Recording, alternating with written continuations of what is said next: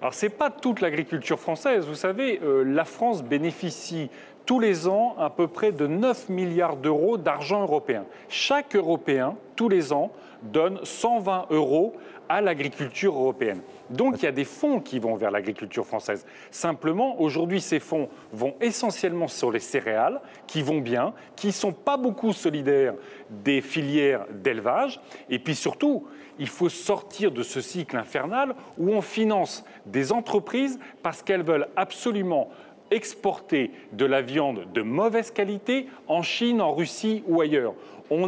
Les consommateurs demandent de la viande de qualité, que ce soit le porc, le bœuf ou le poulet.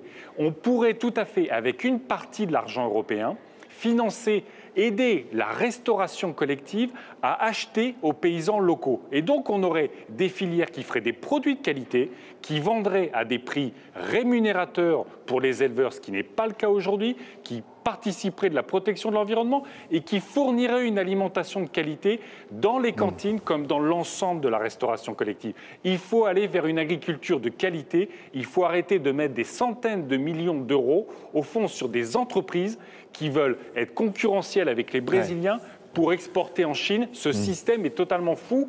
Il ne s'arrêtera jamais. Tant qu'on mettra de l'argent, il se maintiendra, mais il sera toujours en crise. Et ce sont toujours les petits qui sont dans une situation dramatique, qui subiront le pire de cette crise.